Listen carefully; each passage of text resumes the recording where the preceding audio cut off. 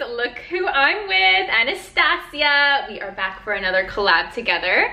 And today we're gonna talk all about how we manifested this beautiful apartment, which you guys have seen, and I mean, which is pretty incredibly rare for Rome. So let's get started. So when it came to manifesting this apartment, this was an incredible achievement. So to start off, I'm gonna like paint a little quick scenario for you guys. I had left back to Canada for 3 months or so to work on my next visa before I was coming back to Italy. So I didn't even know for sure if I was coming back then, but I just held it in my heart and I was doing everything I could to get this visa. Finally, I made it back here with the visa in hand in January, and Anastasia and I were in Monty at her old apartment. It was just falling apart, literally on me. Literally.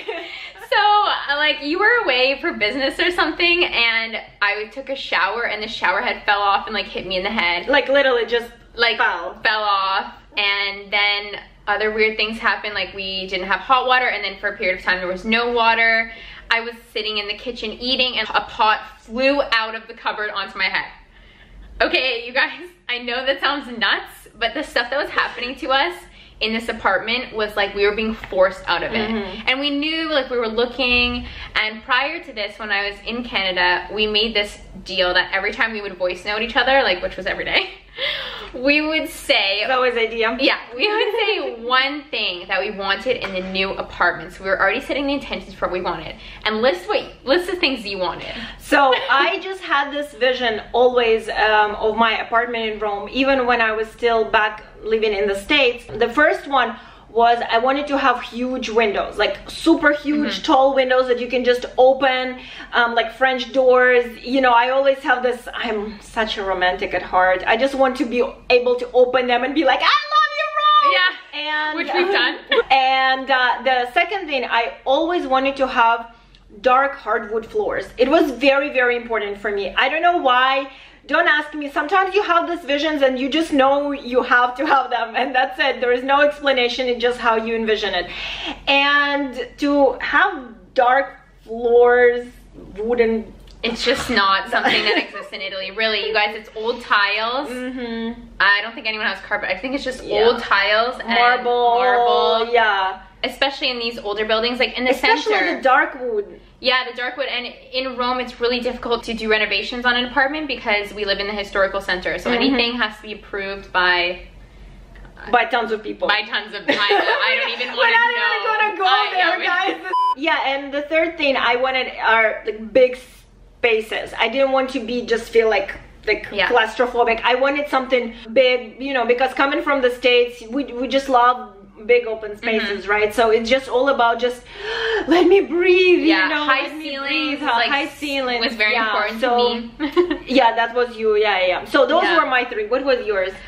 Well, you didn't mention fireplaces, but so we have 2 fireplaces in the apartment, which is non-existent for Rome either. I really wanted like tall ceilings, white walls. I really just needed the lighting inside to be bright. Like, this doesn't have a lot of natural light, but there is brightness within the walls. Like, if that makes sense. For example, if it's raining outside, it's more darker in here, but it's cozy, but the walls are still bright. And so that was important to me. I wanted a kitchen that just felt a lot cleaner and a lot more movable in, because of course a lot of European kitchens are smaller. A lot in Rome especially are very small, but they're almost built in like closets in most units. And this one's very open concept, so I can walk around to the table, cut things up, instead of being like in a closet trying to manage. Do you remember when we walked in and the first time in the kitchen, we literally opened those drawers and there were beautiful plates, like so many different kinds of plates, because we always struggle with, like, we literally had like one fork and the other we plate. did. I forgot about that. We literally had nothing. You guys, we had nothing. You guys, like, we had nothing, and like everything was breaking, like we said. But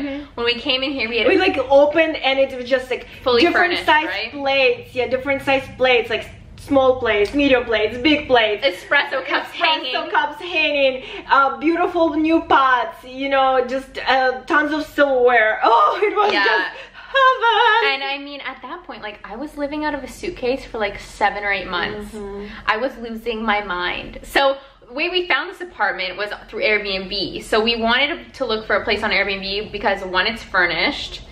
Two, they would rent to us because unfortunately we still can't get Italian bank accounts, and that's not looking like a reality anytime soon. No. So there's a lot of difficulties if you are foreigner renting, but yeah, so we searched on Airbnb, we found this place, and you negotiated it from what they wanted was 6,000 euros per month. Yeah. And Anastasia worked her magic, and bam, yeah, we got the price we wanted to pay. So that's another part too, is we had designed this apartment in our minds the best we could, but we also picked a price we wanted to pay, which is significantly less than 6,000. But we picked our maximum. We picked what we felt would be fair for what we were asking for, like what we felt good about paying. And also, it worked out very magically because we put in our notice at the apartment in Monti. And we didn't know if we were getting this place. It wasn't for sure, but we're like, we're gonna show the universe because it's time for us to put in our notice. This is our last day. Put in the notice. Then we find out a day or two later we weren't getting this place. We were homeless, but the previous landlord you had just magically said we could stay a month for free. Yeah. If we needed to. And really we only ended up having to stay about a week before we somehow landed this place again. Yeah, it was so incredible because we knew we needed to go. We were like, okay, we have to go. And we kept searching for places, looking at different places, and they just kept falling through.